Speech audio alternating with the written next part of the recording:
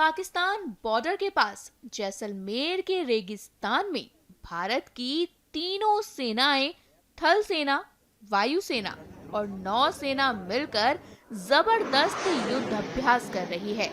इस अभ्यास का नाम ऑपरेशन त्रिशूल है। इस अभ्यास में भारत की असली ताकत जमीन से लेकर आसमान तक देखने को मिल रही है।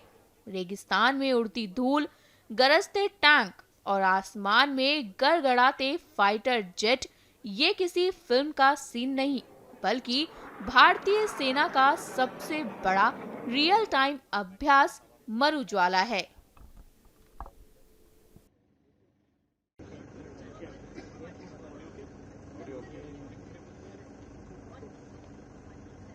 ऑल आर्म्स ब्रिगेड ग्रुप को खड़ा किया गया है।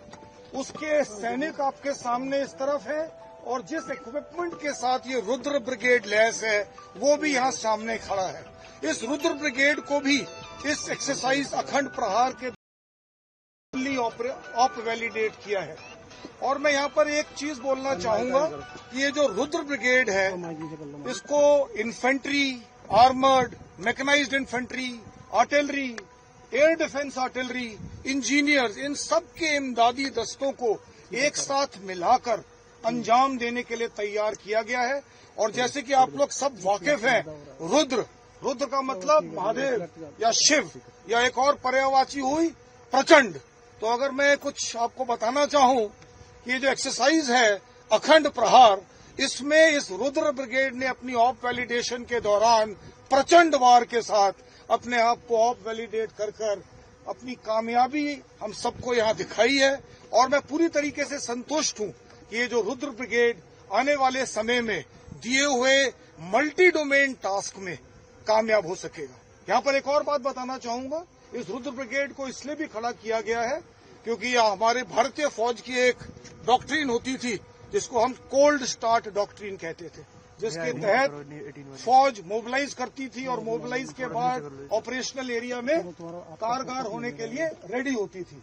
परंतु अब समय आ गया रुद्र ब्रिगेड के साथ कोल्ड स्टार्ट डॉक्ट्रिन को कोल्ड स्ट्राइक डॉक्ट्रिन में तब्दील करने का, यानी कि ये रुद्र ब्रिगेड जो है एकदम हर समय रेडी, इस इलाके में मौजूद, अपने दिए हुए टास्क को पूरी तरीके से, कारगर तरीके से, सक्षम और प्रभावशाली इफेक्ट दुश्मन पर करने के लिए। एंड एक बार फिर मैं जीओसी 12 कोर, जो कि हमारे डेजर्ट कोर के कोर कमांडर हैं और सदर्न कमांड का जो ये 1200 किलोमीटर का इलाका है उसको संभालते हैं, उन्होंने बड़ी मेहनत के साथ इस भैरव बटालियन, जिसके बारे में पहले बात की, और इस रुद्र ब्रिगेड को खड़ा किया है।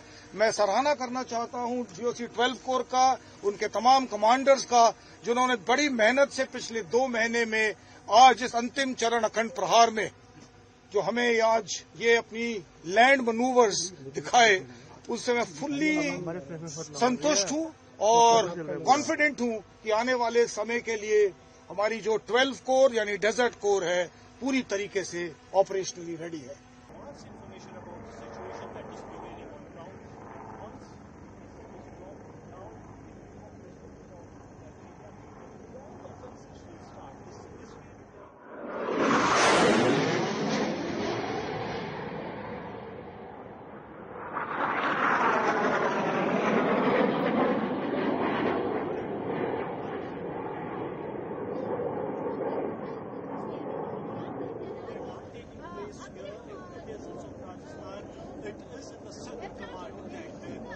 ब्लास्ट जो होगा सर एक तरफ होगा, ब्लास्ट परिवेश में बदलती युद्ध शैली में कितनी तरीके से अपने तैयार है और तैयारियों को परखने की कोशिश करेगा।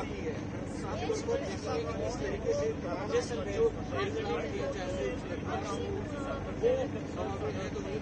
जितना उस कोने पे रहोगे उतना अच्छा रहेगा।